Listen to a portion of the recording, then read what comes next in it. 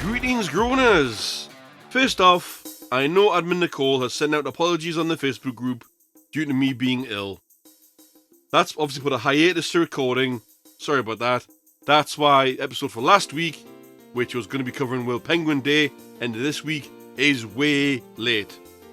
Sorry about that, Groaners. I really am truly sorry, but when you're ill, you're ill. I'm nearly there. I'm almost 100%. I'd say maybe up 80-85%. I've still got the cough. If any coughs slip through, my deepest apologies. I am still a bit sniffly, but recording cannot wait, so here we are. Secondly, it is episode 182, 18 away from our bicentennial episode, or 200th episode if you want to go that way. We really have come a long way since episode number 1, all that time ago back in 2022. Anyway, before the common cold knocks me on my arse again, here we go with what do we have in store for you for last week's episode. Now, we have my groans. Admin Nicole brings us facts for 25th April for World Penguin Day, and the penguin also happens to be my favourite animal. I'd say they're just cute little things. Well, some are big, some are small. I prefer the medium range penguin, but my favourite is the chocolate penguin. We also have more groan tent for you, as well as the audience groan, which rolls in this week via email from Helene of Lyons, France. Well, rolled in last week from Helene of Lyons, France. Your games are Talking Nonsense, 50-50, Yes or BS, and What the Hell Is This? With that being said, episode 182 begins. I'll take the reins to start us off, thank you very much, and power us on with my groans. Once again, the common cold. As I've already explained, I've been ill with a very nasty cold, but it is shifting. I had plans on the weekend just gone, including the podcast, and lo and behold, Mr. Cough Cough decides to have fun by going straight to my chest and banging drums off in there. I felt like I just watched the mating dance of a honey badger as someone tried to force feed me a pillow. Normally shifting this little sod takes eons for me, but I've nearly nailed this one in under a week. Maybe my immune system is improving, maybe I've been eating the right kind of thing, I don't know. But I'll tell you this much, I hate the cold virus, and it knows it. Go away! The Greg's chicken, or as I call it, the Chossage or Chisage roll. I'd seen this advertised all over the place, so thought I'd give it a try. As they say, curiosity killed the cat. It really did in this case. My mouth felt as though I'd asked it to eat the contents of a cat litter tray. It was greasy and unpleasant and tasted of almost nothing. 17% chicken is what you get in that. I left what I didn't eat out for the birds, etc. It took the wildlife 3 days to eat this morbid curiosity. Don't eat this thing, animal or human. Don't. I implore you. It is garbage and horrible. Greg's, have a word with yourself, will you? Because it clearly doesn't taste good. Start letting yourself awake. Usually I get a few hours sleep, but broken sleep is the pits. I don't understand why my body and brain have to suddenly scare the bejesus out of myself at stupid times in the morning. It's a strange thing that my brain and body both moan about being tired. Serves you both right, yet still at my expense. That's my groans out the way there, Groaners. There'll be more groany goodness later on in the show from the audience, and more groans from me later on in the week, with the next episode coming hopefully around about the Sunday time, all going to plan. Now then, Groaners, Admin Nicole has the floor with a fact drop for Penguin Fact number 1. April 25th was chosen for World Penguin Day because it coincides with the typical start of the annual northward migration of Adelie penguins, I probably mispronounced that, sorry, in Antarctica. As these charming birds begin their journey, it serves as a natural reminder of their incredible life cycle and the importance of the icy habitats they call home. This coincides with Penguin Awareness Day on 20th of January. I never knew there was a Penguin Day 2 days before my birthday. That's perfect. It's like I was destined to be born in January. Get in the penguins. Thanks for the fact, Nicole. More facts to come later, Groaners. Let's play our first game, which is called Talking Nonsense. And in this game, you need to reverse what I'm saying here to try and score a point per round. So you're going to hear reverse English and you've got to try and spin that around. Round 1. Penguins have these, but they don't help them fly. Your nonsense is Zapilf. Pause your Groaners. Have a think, guess, and then unpause. Round 2. This is another name for a baby penguin. It's not a chick. I'll give you that, so it's not a chick. Your nonsense is a Nielsen. Pause your Groaners. Have a think, guess, and then unpause as we move on to the last round, round number 3. This is the name of a type of penguin. Your nonsense is a Arsnish. Pause your Groaners. Have a think, have a guess, and then unpause. The answers will come later on, Groaners.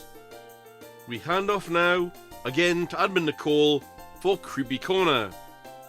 Your story this week is called Secrets Begin Again. Valencia was quiet, stunned into silence. She could only stare at the stars floating around inside her handcuffs and wonder what all this meant. Lionel raised his hand, trembling slightly before setting it down on hers. He knew it was a lot on her, but all he had ever wanted was his family together. That much had been clear even from their last lives. The only thing that changed now was that they understood why. He understood why. A desire that would stretch across every lifetime. A need he must have without ever knowing why, and a woman he knew was his mother, but never knew why. How could he understand why he was also sure? Are you alright? Was it too much on you? The tree can only show the past lives of those in front of it, so we're still missing whatever happened to you after all that. Father was able to retain his intelligence in every lifetime. That's why he was always so smart, even if he had to start over every time.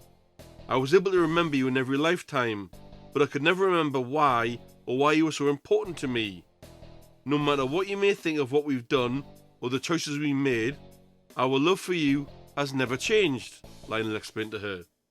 Valencia felt the tears begin to fall, something she could never expect, especially not from Lionel. To think she finally had all the answers, finally understood everything, and yet there was so much she still didn't know. A whole side of hers just erased out of existence. A whole new set of truths and secrets stolen from her. She didn't know what to feel or how to think, so she just let the tears fall until the lake ran dry. Then she looked over at Lionel and smiled a weak smile full of confusion and an attempt to understand.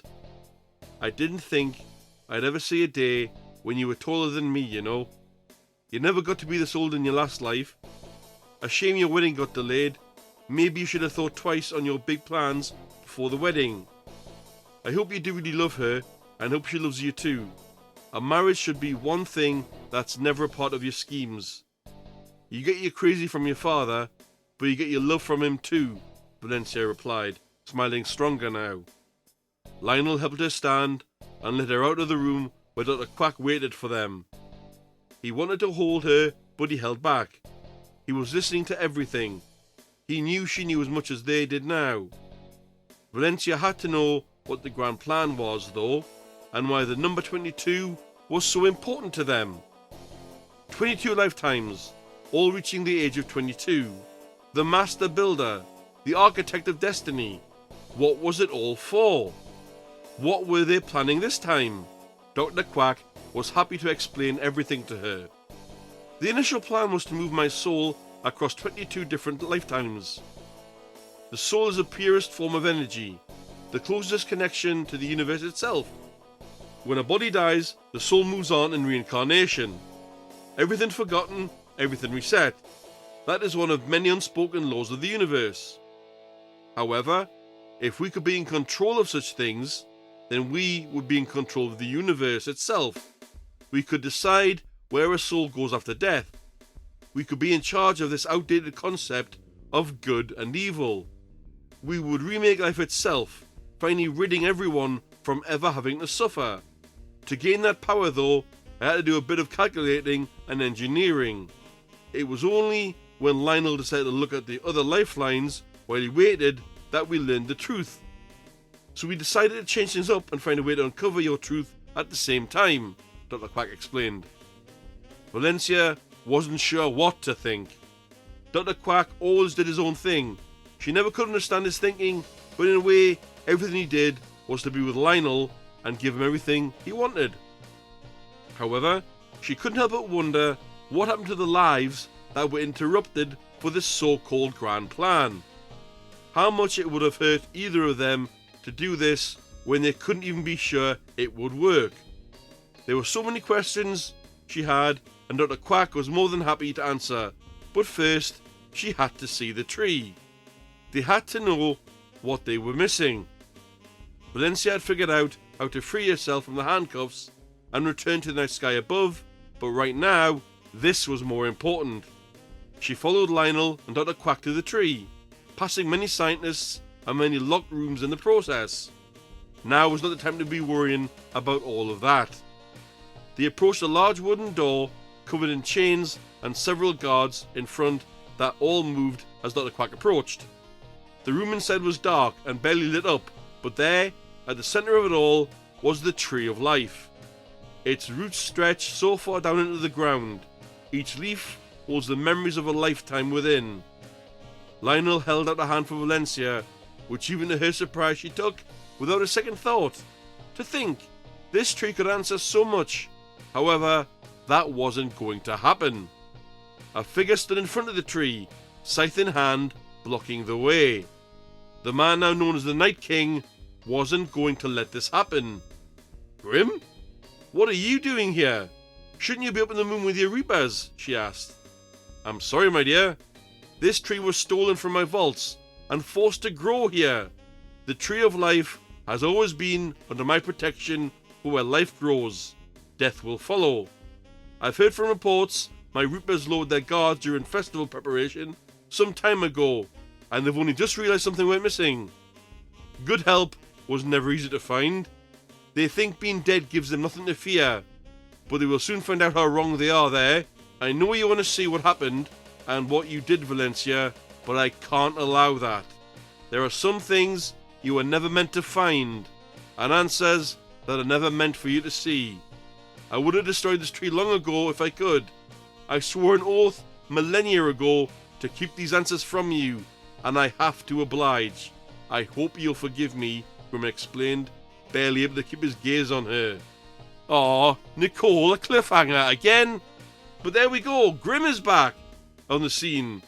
But is he at loggerheads with Valencia, and what's going to go down?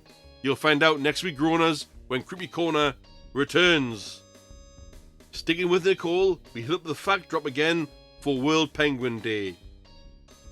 Adelie penguin populations are increasing in East Antarctica. However, in the Antarctic Peninsula, Adelie penguin populations have fallen by 65% in the past 25 years. This is due to climate change, the biggest threat facing them right now. They are also a vital part of the Antarctic food chain. They eat tiny creatures like krill and small fish, and are a source of food for predators like leopard seals and orcas. You learn a lot on this show, don't you, Groaners? You really do. Especially when we're not really doing a special, but when it's a special day, or when it's something like World Penguin Day, you do learn things on this podcast. You do. Thanks to Nicole. We've got 2 more facts to come, but they will come later on, Groaners. In all of our games, over the course of the Groan Zone, luck is a common factor. But in this case, we delve into, unlucky! The unlucky is me, for fouling up the podcast timeline by falling victim to the cold bug. This is the latest the show has ever been. A brief unlucky there, Groaners, but yeah, once again, I would just like to reiterate, I hate the common cold. And as I mentioned luck, this takes us straight over to our next game, which is 50-50. Dead easy, Groaners. You have half a chance to get a point per round. The double round this week, only 2 rounds. Just pick what you feel is the correct answer. Round 1. In the TV show Pingu, those who don't know who Pingu is, you may struggle with this. Pingu's best friend is A, baby polar bear, or B, a young seal. Pause here, Groaners, pick your 50-50, and then unpause. Round 2, the final round. Who played the Batman villain, the Penguin, in the movie Batman Returns? Was it A, Danny Elfman, or B, Danny DeVito? Pause here, Groaners, pick your 50-50, and then unpause. And the answers for 50-50 will come later in the show. Now, Groaners, in a little bit of a change to what I originally had planned for Why Oh Why, I was going to go with one topic, but I've changed my mind, and I'm going to go with something else. Recently I found that marmalade is to be renamed when we have an EU reset. Now, I'm sorry, but in my childhood it was marmalade. Before my childhood it was marmalade. Paddington Bear, who was around when Queen Elizabeth was young, it was marmalade then. So why do we really need to change the name of something that has been a stalwart cornerstone of Britain for ages? But apparently it needs to change due to food regulations. I'll never ever understand anything like this. Tackle world homelessness, tackle diseases, tackle famine, anything, HIV, whatever. No, we're gonna rename marmalade. Oh, honestly, those in power, I just have to ask, why oh why? This isn't a governmental thing, but I've just got to say, who comes up with this kind of rubbish? Just leave it as marmalade. Why confuse people? You're going to have older people from my generation upwards who go, oh yeah, that's marmalade. Then you're going to have the younger generation going, oh yeah, that's called orange mess, that is. Why? Stop it. It doesn't need to change. Renaming marmalade. I have to ask, why oh why?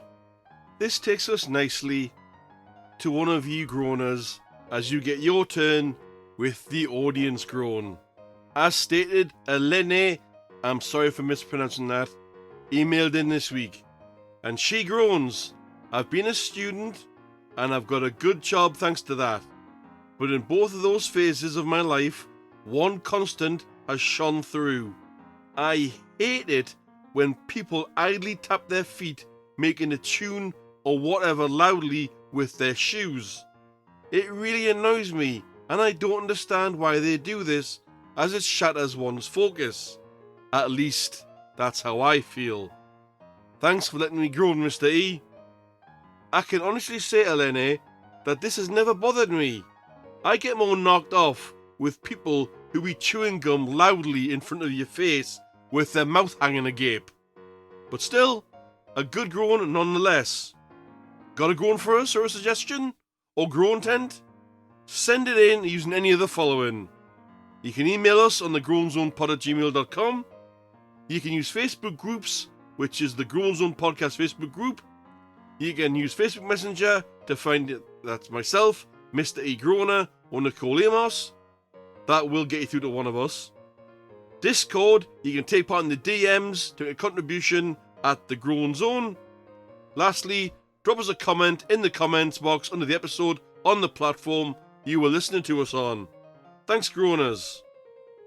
Admin Nicole is back again with the fact drop for World Penguin Day. With fact drop number 3. Penguin Awareness Day began in 1980, but the Penguin Foundation wasn't formed until 2006. The Global Penguin Society does conservation work designed to protect the penguin's natural habitat. It also advocates for the protection of the Southern Oceans, the principal place where penguins live. It wants to protect all 18 species of wild penguins found throughout the Southern Hemisphere so that future generations can enjoy them. See, that's a decent organisation. Help and preserve penguins in peril. Bless them. Apologies, Groaners. I thought there were 4 facts for this week's episode, but there is only 3. Thanks, Nicole, for your research. Now, Groaners, I know I said Yes or BS would be in this episode, but I'm really sorry. My energy is wavering, and I can feel my voice starting to go again as I record. So we'll give it a miss this week, and it'll either return next week or the week after. We do, however, have a 0 of the week. There was a recent Pokemon Go tournament, and a player won the final match. He celebrated as anyone winning would do, but then the judges stepped in immediately and took his win from him, citing that he had celebrated too hard. They then gave his win to the person that he beat in the final originally, just to rub salt in the wound. All he did was an aerial fist pump and chucked his headphones on the table. In my opinion, and Admin Nicole's, he did nothing wrong. We do, however, feel the judges are clueless, and for their actions, they've earned 0 status. I think they need to look up what an unfair celebration would be. It's not as if he ran up to the other guy and went, "Ah, I won," and slapped him in the face, did he? No. Honestly, some people have no sense. Speaking of sense and everything else, Groaners, this takes us on to the game answers. For talking nonsense, round 1, your nonsense was flippers. For round 2, your nonsense was a nestling. And for round 3, your nonsense was a chin strap, which is a species of penguin. For 50-50, for round 1, in the TV show Pingu, Pingu's best friend is a young seal, which was B. For round 2, who played the Batman villain the Penguin in the movie Batman Returns, it was, of course, the great Danny DeVito, which was option B. Now, Groaners, as you know, I'm hopeless with anagrams. So, Nicole made sure to tell me before I recorded today what the anagram answer was. And I still didn't have the foggiest clue. The anagram solution was the Auspicious Cloud Palace, otherwise known as the Ruidian, that's Ruiyundian chrysanthemum, a rare Chinese variety of flower that looks like whipped cream. And if you could see the picture, Groaners, you would agree it actually really does. I mean, I hate whipped cream, but this flower looks really, really nice. Now again, Groaners, I am sorry that the games fell short a little bit this week, but to take us out, you've got one more game, which is, of course, What the Hell Am I? Your clue is, this penguin shares its name with someone important from China's past. The picture will appear on Podbean and Facebook groups and possibly on Discord. Now I'm looking for the name of this species of penguin. So what is this penguin? The answer will come next week, Groaners. We'll see you then. Thanks for tuning in. Take care. Bye-bye.